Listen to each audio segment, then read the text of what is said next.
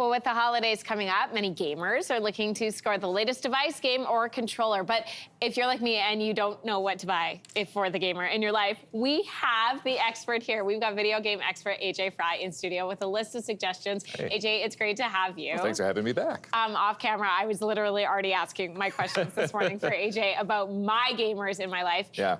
Overall, what do you think is the first game you would recommend as a good gift? Well, if you're looking for something for your young gamers or for your young at heart gamers or Zelda franchise fans like myself, we've got the brand new The Legend of Zelda, why am I blanking on the name of this? Wisdom of Echoes. Echoes of Wisdom, excuse me. I was just playing it yesterday, too. As you can see, they borrowed the style from the recently released 2019 remake of The Legend of Zelda, Link's Awakening. And this one is the first game where you're actually playing as Zelda herself. They've reversed the roles, and this time Link is in peril. You've got to go rescue him using a tri-rod to create echoes of objects like boxes or beds, as you're seeing on the screen right there, that can help you overcome obstacles. And you can also create echoes of the monsters that you've defeated. So this looks like an old school Zelda game, but it's actually got the feel of the recent Zelda games like Breath of the Wild and Tears of the Kingdom, where it's all about using your own creativity to create the solutions to the problems before you. So you can solve things in a myriad of ways.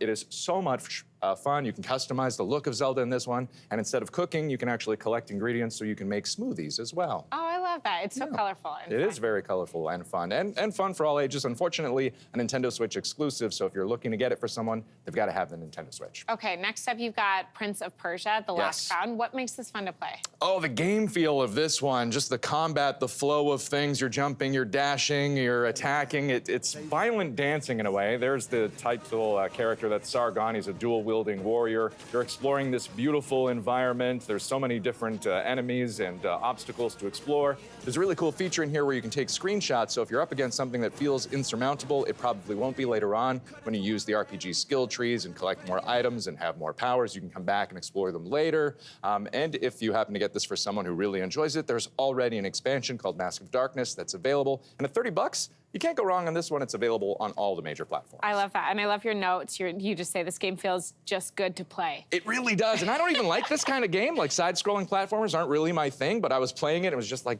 this just feels so good. It just is intuitive. So, yeah, highly recommend that one. Good game there. Lastly, you've got a Star Wars-themed game. What can you tell us about this one? So this is Star Wars Outlaws. This is the first open-world Star Wars game, and it's set between the events of Empire Strikes Back and Return of the Jedi. So at one point, you'll actually find yourself in Jabba the Hutt's palace, and you'll actually see Han Solo trapped in carbonite.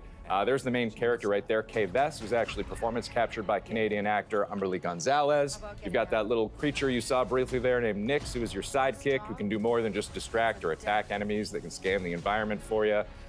It is a criminal-based game, so you are a scoundrel like Han Solo in there, and you're trying to manage your reputation between the various criminal organizations. So if you do too much work for one, you might find the agents of, the Hutt cartel tracking you down. Of course, you're going to want to run away from the Empire as well, and you can fly through space. You can explore different planets and moons, go all over the place in this one. So if you know a Star Wars fan who's also a gamer, this might be the perfect gift this holiday season. I think we probably all have the gamer in our life who's like you, who has every game possible, and you're like, what do I get for the person who I don't know if they have the game already? Yes. You've got a recommendation for I do, because so many of us are passionate about specific games. So if you know, oh, they're really into game X, why not get them a custom controller for that game if you can find it online? I brought one of my personal favorites in. This is an Xbox Sea of Thieves branded controller that I just looked up online ahead of this segment, and if this was still in the box, it would be worth nearly $2,000. Oh, wow. So some of them are actually growing in their value, so it's almost an investment. I also have my custom Zelda-themed Joy-Cons for Nintendo Switch as well. So if you know someone who's into a particular game, Halo, Call of Duty, whatever, maybe do a little Google, find out what system they prefer, and get them a custom controller within that game. That's awesome. It's such a good recommendation. Yeah, Thank it really you. puts the feel of the game right in your hands. Yeah, totally. Great to have you in. Thanks, Video Kelsey. game expert AJ Fry.